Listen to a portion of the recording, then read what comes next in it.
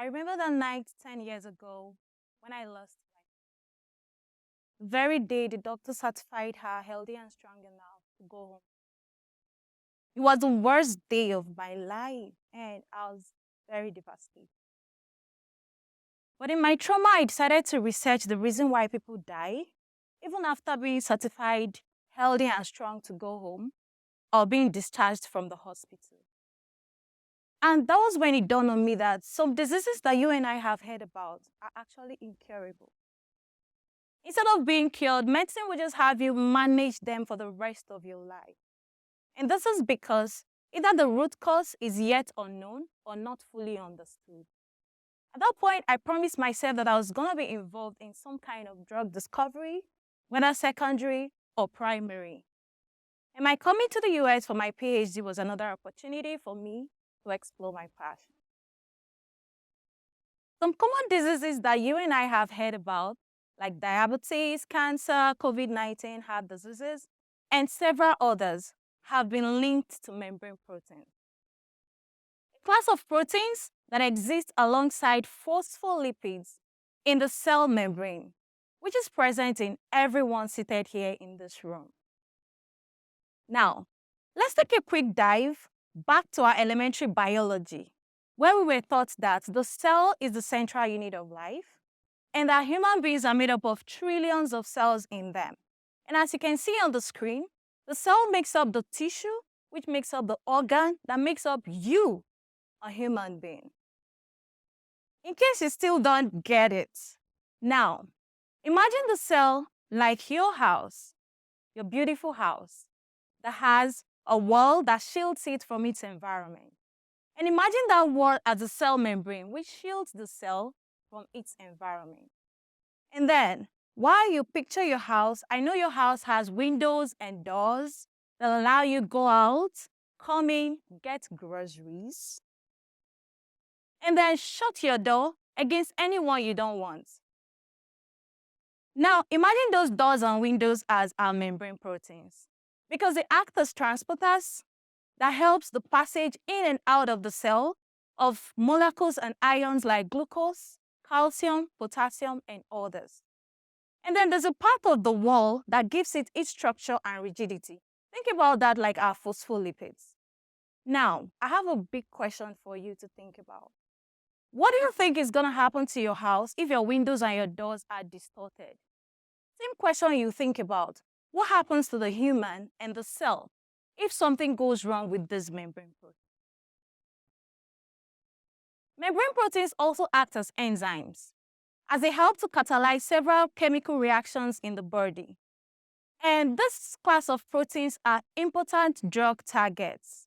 That is why they account for 60% of FDA-approved drugs. But something is wrong again, because just 2% of their structures are represented in the Protein Data Bank, a database where scientists are allowed to go search out the structure and properties of proteins while trying to study them further.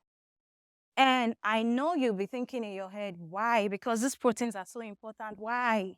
The reason is because outside of their native environment, it is very challenging to study this class of proteins. Scientists have tried over the years to be able to create an environment that suits these proteins for us to be able to study them. From the concept of using detergents to this era where we use polymers like styrene malic acid, a polymer that has been used to fix the structure of membrane proteins through cryo-EM and NMR. In case you still don't get it, let me explain further how this environment works.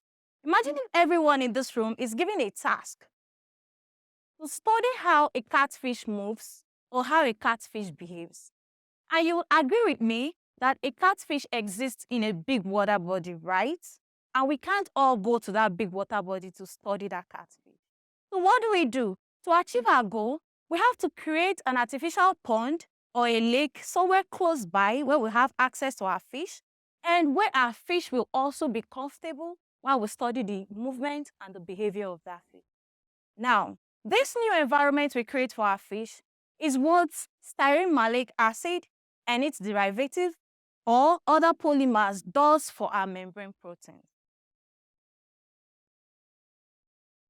My lab, which is Dr. Lorigan's lab, is focused on conducting biophysical and structural studies of these membrane proteins.